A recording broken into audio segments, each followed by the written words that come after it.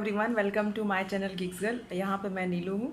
तो first of all मैं यहाँ पे आज आपको किस बारे में डिस्कस करने वाली हूँ वो है कि अगर हम एमटेक में एडमिशन लेने से पहले अगर कुछ चीज़ें अपनी सुधार लें तो हमारा काफ़ी कुछ चीज़ें हैं जो बहुत आगे चल के अच्छी हो सकती हैं। जैसे कि हमें इंटर्नशिप मिल सकता है, जैसे ही हम फर्स्ट सेमेस्टर या सेकंड सेमेस्टर में एंटर करते हैं एमटेक के, तो कंपनी इंटर्नशिप के लिए आना स्टार्ट हो जाती है और हम वहाँ पे इंटर्नशिप पा सकते हैं। लेकिन लेकिन ये भी है ना कि क्या करना है हमें उससे पहले, ठीक है, और किस तरीके से क्या डिपेंड करता है जिससे हमें इन फ्यूचर जो भी हमारा एमटेक में जो भी करिकुलम और जो भी प्लेसमेंट रहने वाला उसमें हमें बहुत ज़्यादा बेनिफिट हो और काफ़ी हम इफ़िशियंसी से अच्छे से ऑप्टिमाइज वे में काम कर सकें।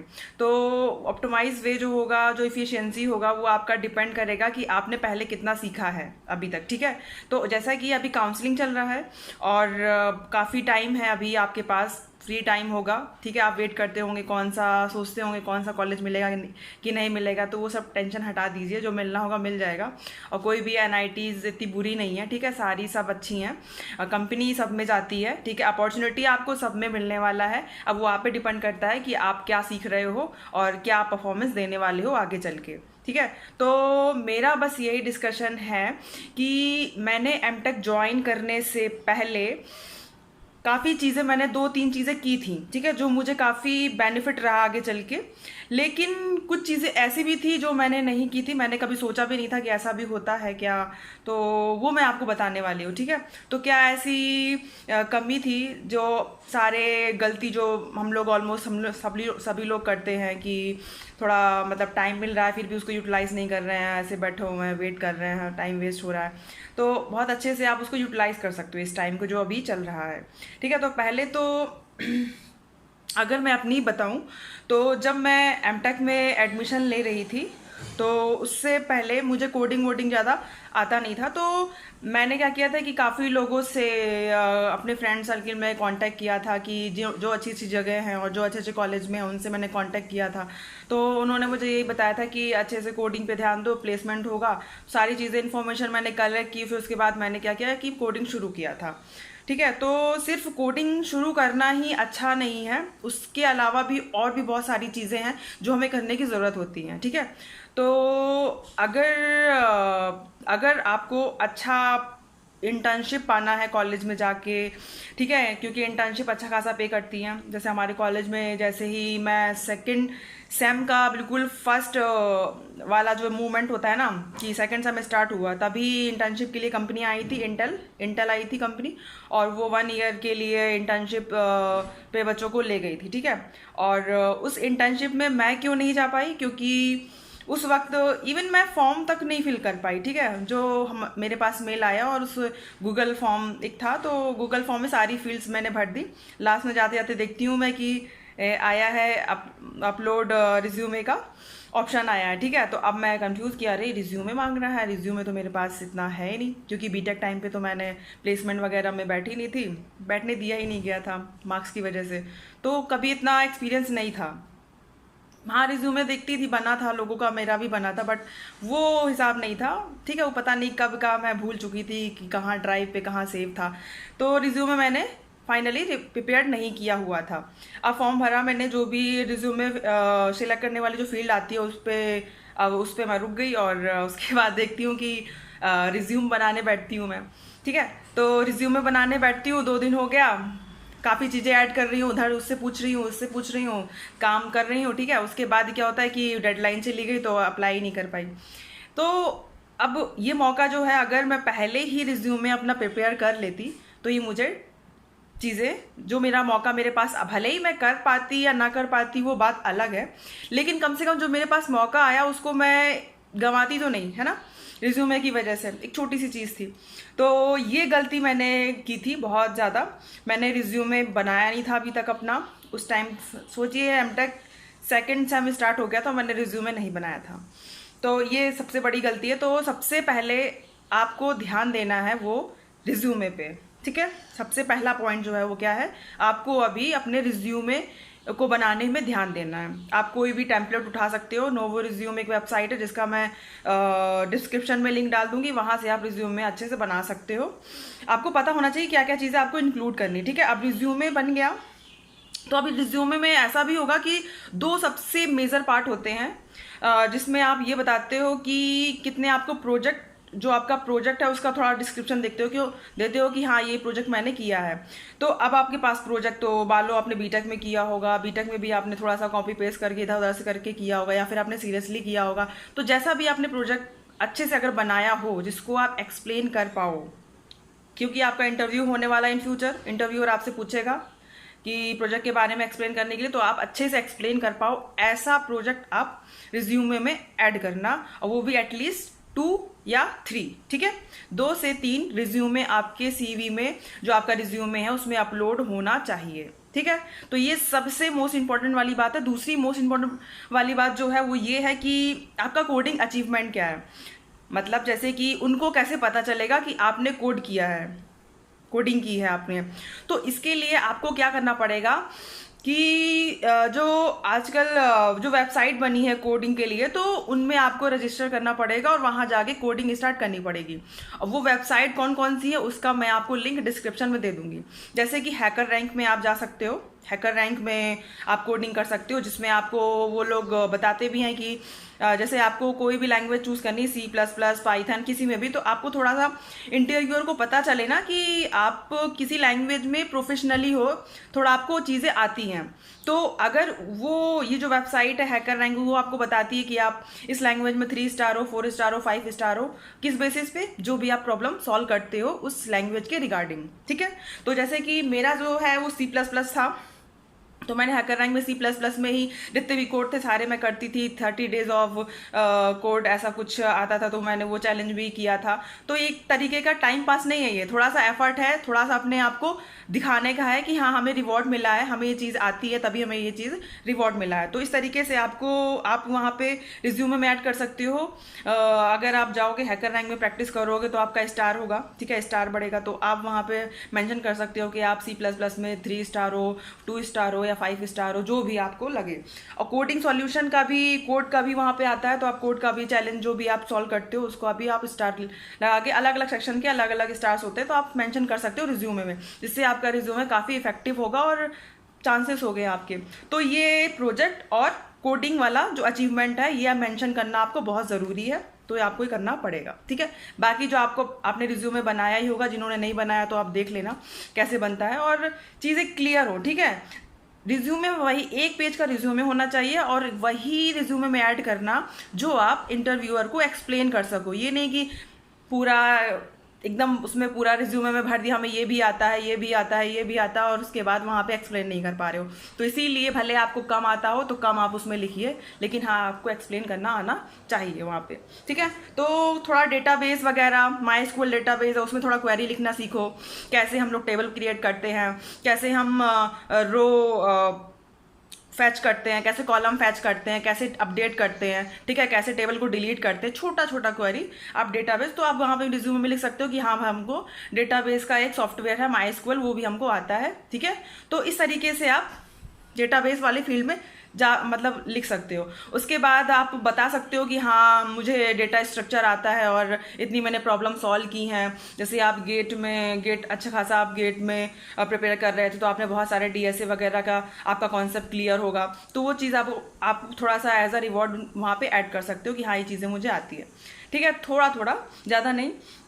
उसके बाद दूसरी ये चीज़ है कि आपको लिंक्डइन प्रोफाइल बनानी है, ठीक है। क्या बनानी है? LinkedIn profile. और उस पर थोड़ा सा ध्यान देना है कि सारी चीज़ें आप क्लियर वे में लिखो, सच सच जो भी है, क्योंकि फेक लिंक्डइन प्रोफाइल भी बनती है, तो अच्छा लिखो, ठीक है। और अपना पासपोर्ट टाइप का ही फ़ोटो लगाओ, और बहुत अच्छे से मतलब क्लियर वे में लिखो जो भी है आपका, जो भी चीज़ें आपको आती हैं, प्रोफाइल एकदम अच्छा आपका बनना चाहिए। उसके बाद क्या है कि थोड़ा कनेक्शन पे भी ध्यान दो। जैसे कि मैं कनेक्शन वाली बात इसलिए बोल रही हूँ क्योंकि जैसे कि मेरे पास शायद मैं एमटेक सेकेंड सेमेस्टर में थी, तो मेरे पास कॉलेज में ही थी, तो मेरे पास एक कॉल आया था, और एक तरीके का वो टेलीफोनिक इंटरव्यू था, जिसमें उन्होंने मुझसे पूछा था कि आप अपने बारे में बताइए और आपके लिंक्डइन प्रोफाइल में कितने कनेक्शंस हैं। तो अब वो पूछ रहे हैं, तो इसका मुझे पता चला अच्छा कनेक्शन कितने हैं ये भी डिपेंड करता है क्या, ऐसा कुछ। तो देख लीजिए, अब मुझे मेरे साथ तो ये हुआ, मुझसे तो पूछा उन्होंने, और शायद वो बाद में मुझे पता चला वो जो इंटरव्यू था वो शायद कैंपस एम्बेसडर के लिए था, ठीक है। तो बाद में मुझे उन्होंने इंटरव्यू लिया, इंटरव्यू के बाद मेरा सिलेक्शन नहीं हुआ, लेकिन मुझे चीज़ें पता नहीं थी कि अच्छा कनेक्शन से भी कुछ होता है। तो उस वक्त शायद मेरी 700 ऐसे करेक्शन थी, तो काफ़ी वो इम्प्रेसिव हुई थी। लेकिन थोड़ा सा होता नहीं है, इंटरव्यू मैंने कभी फेस नहीं किया था, कभी क्या मतलब कि इंटरव्यू मेरा एमटेक में ही फर्स्ट टाइम था तो ये चीज़ें थी, और इंटरव्यू की तैयारी व्यारी भी मैंने ज़्यादा की नहीं थी कभी, तो इतना हाँ एक नॉर्मल वे में मैंने उनको सारी चीज़ें बता दी थी, बट जो भी उनको लगा हो, फिर मेरा सिलेक्शन वहाँ पे नहीं हुआ। लेकिन मुझे पता चल गया कि हाँ ये चीज़ें पूछी जा सकती हैं, तो लिंक्डइन में आपको कनेक्शंस बनाने हैं। उसके बाद हाँ, और ये भी दूसरा ये भी प्रॉफिट है लिंक्डइन प्रोफाइल में, प्रोफाइल बनाने का और कनेक्शन बनाने का, कि आपको रिक्रूटर जो है वो आपको डायरेक्ट मैसेज करके आपकी रिज्यूमे मांग के और आपका इंटरव्यू ले सकते हैं, ठीक है। तो बस ध्यान रहे कि वो फेक लोग ना हो, अच्छे मतलब ऑथराइज हों। तो जैसे कि अभी अभी कुछ 2 वीक पहले की बात है, तो मेरे पास एक लिंक्डइन में एक गूगल एचआर का, जो गूगल रिक्रूटमेंट होते हैं, तो उन एचआर का मैम का एक मेरे पास वो मैसेज आया था। उन्होंने मुझसे पूछा था कि सीवी आप अपना इस मेल एड्रेस पे सेंड कर दीजिए और ये वो, बट बाद में मैं वहाँ पे एलिजिबल नहीं थी, क्योंकि मैं 2022 पास आउट हो जाऊंगी, बट उनको चाहिए था 2023 पास आउट वाला बच्चा, ठीक है। तो इस वजह से मेरा नहीं हुआ, और मैं एलिजिबल ही नहीं हुई। तो आप यहाँ पे देख सकते हो 2 प्रॉफिट है लिंक्डइन प्रोफाइल के। तो कनेक्शंस भी बनाने हैं, जो लोग काफ़ी ध्यान देते हैं रिक्रूटर्स, और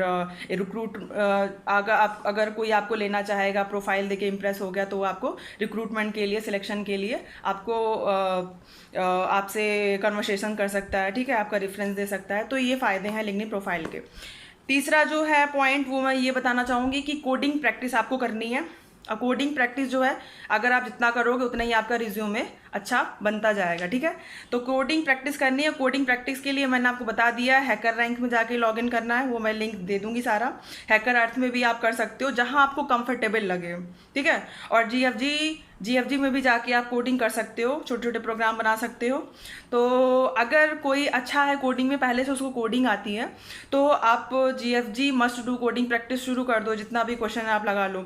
लेकिन अगर किसी बच्चे को बिल्कुल भी कोडिंग नहीं आती, थोड़ा बहुत बिल्कुल भी नहीं आती, और सी उसने बीटेक टाइम पे पढ़ा होगा, उसको ध्यान नहीं है इतना, बस उसने गेट का ही सिलेबस जो है वो देखा है, स्यूडो कोड ही उसने ऑप्शन वाले चॉइस वाले फिल किए हैं, जैसे गेट में होता है, तो बट कोडिंग उसको नहीं आती। तो ऐसे लोगों के लिए भी सॉल्यूशन है, वो ये है कि मैं लिंक डिस्क्रिप्शन बॉक्स में लिंक आपको पेस्ट कर दूंगी, जहाँ पे गूगल ड्राइव का लिंक होगा, जहाँ पे आपको एक बुक मिल जाएगी जिसका नाम है चीट कोड बुक, ठीक है।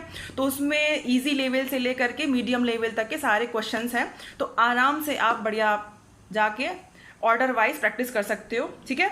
तो ये चीज़ें हैं। अब कोडिंग प्रैक्टिस तो ठीक है आप कर रहे हो, लेकिन किस चीज़ का करोगे क्या, तो आपको ध्यान रखना है कि आपको प्लेसमेंट फोकस्ड कोडिंग करनी है, क्योंकि आपको प्लेसमेंट लेना है। तो प्लेसमेंट फोकस जो कोडिंग है, वो क्या क्या ऐसा चीज़ें हैं, क्या क्या टॉपिक हैं जो प्लेसमेंट फोकस्ड ही हैं। तो अभी तक जितना भी मेरा एक्सपीरियंस रहा है, मैंने जो इंटरव्यू फेस किए हैं, तो हाँ, अगर आपका जैसे कि ऑनलाइन टेस्ट होता है या फिर ऑफ लाइन टेस्ट हो, तो अगर आप टेस्ट के लिए प्रिपेयर होते हो, तो हाँ वहाँ पे ट्री, लिंक लिस्ट, ठीक है, एरे स्ट्रिंग और लिंक लिस्ट, रिकर्सन, इन सब बेस्ड में क्वेश्चंस आते हैं, ठीक है।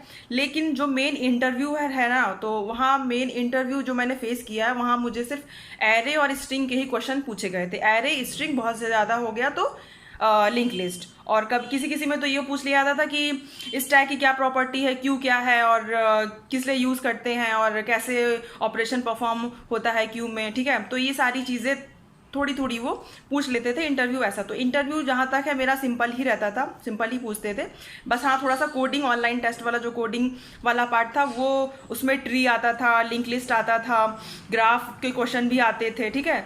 बाकी कुछ कुछ में ही डायनामिक प्रोग्रामिंग पूछा गया था। तो इतना आपको डायनामिक, क्योंकि डायनामिक प्रोग्रामिंग लोगों को बहुत डिफिकल्ट लगती है और इवन मैंने भी डायनामिक प्रोग्रामिंग नहीं पढ़ा है।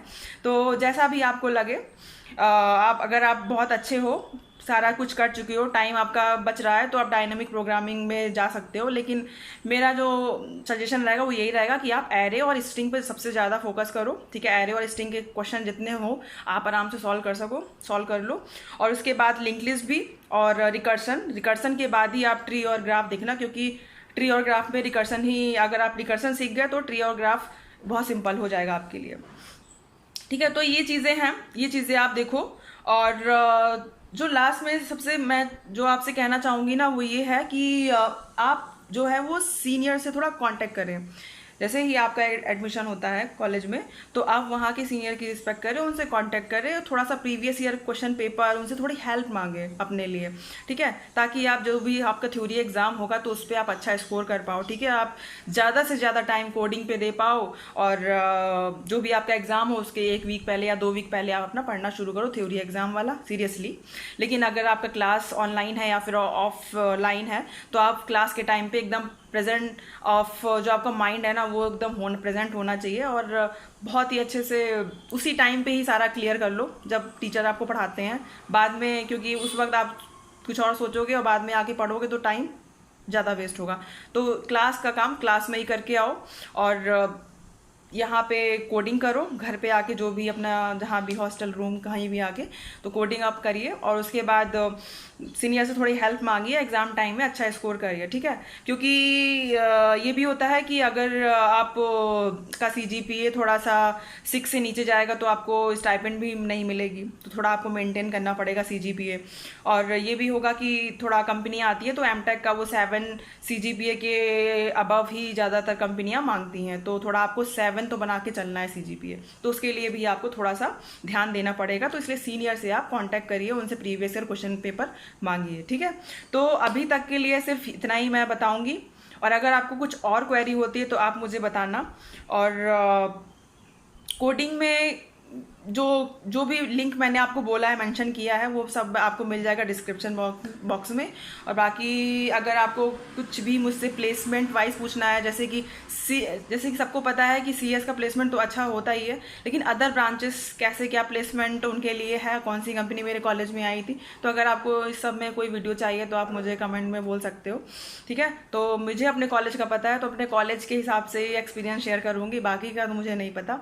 जैसे कि मेरे यहाँ अभी क्या है कि बेल आई थी और CSA के सारे स्टूडेंट प्लेस्ड हैं, तो अब वो बेल CSE के लिए आई थी, अब वो क्या करे, तो अब गई वो वापस गई, क्योंकि अब है ही नहीं ना, सारे स्टूडेंट तो प्लेस्ड हो चुके हैं CS वाले, तो ये भी है। और अब बाकी BPSU आई हैं तो अब CS वाले तो प्लेस्ड हो चुके हैं, तो जो मौका है वो उनको सिविल मैकेनिकल वालों को ही मिल रहा है, ठीक है। तो ये चीज़ें हैं, ठीक है। तो मैं चलती हूँ, ठीक है। थैंक यू, जितना हो वीडियो को शेयर करिएगा। Bye bye.